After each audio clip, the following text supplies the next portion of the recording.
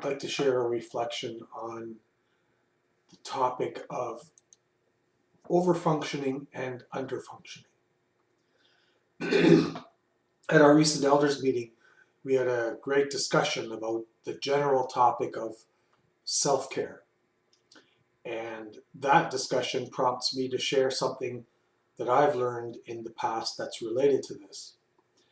Because I have a sociology interest, meaning I'm interested in group and relational dynamics, along with my theological interest, these kinds of reflections often lean more towards the sociology than the theology.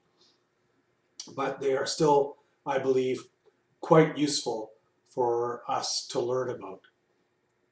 An important personal relational lesson to become aware of in life, but especially if you're in leadership in the church, is to learn to identify overfunctioning and underfunctioning. So what I want to begin equipping you to ask yourself is if you lean towards being an overfunctioner or an underfunctioner. The third option, of course, is a balanced functioner, which is what we aim for.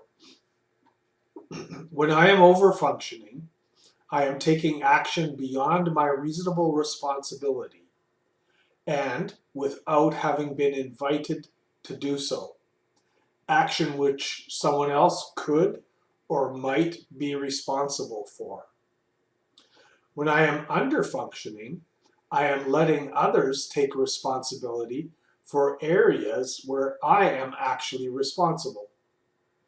This could be happening with respect to decisions, tasks, emotions, or other areas of life. Over or under functioning is often a habit learned young and carried into all of life as normal, because it's what you know. I was inadvertently trained in my upbringing to be an underfunctioner in some areas, like cleaning my room. My bed would magically get made in the daytime, and my dirty clothes would disappear off the floor of my room and reappear folded in my dressers and closets. I was an underfunctioner in that area. It was all done for me. In our household, growing up, we did have some Saturday chores by which we contributed to household operations. We, on Saturday, could choose between vacuuming, baking, shining shoes, or mowing the lawn. Those are the key ones I remember. So anyone else remember shining shoes? So I learned some proper balanced functioning in those chores. I learned to be an overfunctioner when my mother was having strong emotions, mistakenly believing I, as the oldest son, had to solve the problem for her. Let me share a personal family story. It's an easy illustration of overfunctioning and underfunctioning. About a decade ago, we were all gathered for a family wedding of a cousin. And in a room full of her children and their spouses and their children, in other words, her grandchildren, my mother, who had fine mobility at the time, said she needed a pen or something, and then said, "My purse is over there." Several of us immediately stood to fetch her purse, until another sibling pointed out she had not asked for anyone to hand it to her. Overfunctioning. So she was encouraged to ask for her purse to be handed to her, and she did that, and then it was. That was balanced functioning. Over and under functioning can be very hard to recognize. In fact, many of us in Christianity are raised with the expectation, the cultural expectation, that we will be over responsible. After all, Jesus took full responsibility for our sin without us asking. Be like Jesus. Not. Overfunctioning in those communities is then elevated and praised and honored. In many Christian high work ethic communities, responsible functioning will actually be viewed as underfunctioning.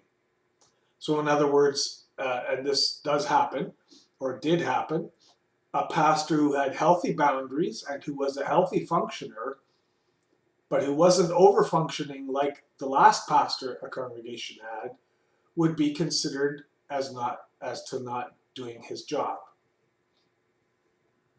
Here's another personal experience story, and this has to do with a church experience.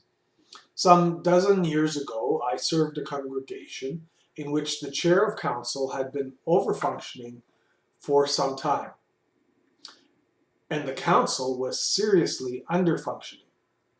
I had a small niggling sense something was amiss at the time I contacted this chair of council about doing a short-term interim stint at their pastorless church. I was desperate for work, and he hired me right in that first call, told me what my salary would be and the length of the agreement. I even asked him at the end of the call, like, don't you have to run this by your counsel first? And the big warning clue I willfully overlooked due to my overdrawn bank account was, oh no, they will agree with what I tell them. And sure enough, I learned the council would rubber stamp retroactively anything he reported having done, any decision he made.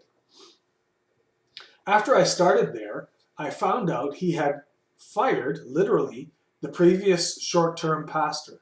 I know you don't hear about that often. This was a Christian Reformed church. You don't hear about that often in the Christian Reformed church. And I've since met that pastor, and he and I commiserate together about that place. Council had not resisted him doing the firing either in that other pastor. And it ended up happening to me as well, when 4 months into a 6-month agreement, he called me one Monday and told me not to come back. He was an extreme overfunctioner. He was, by the way, ex-military. This was a U.S. congregation. And the council were seriously underfunctioning. But they kind of liked it. It made meetings short and easy. So that's the concept that I wanted to introduce to you, and I illustrated it in a couple of different ways.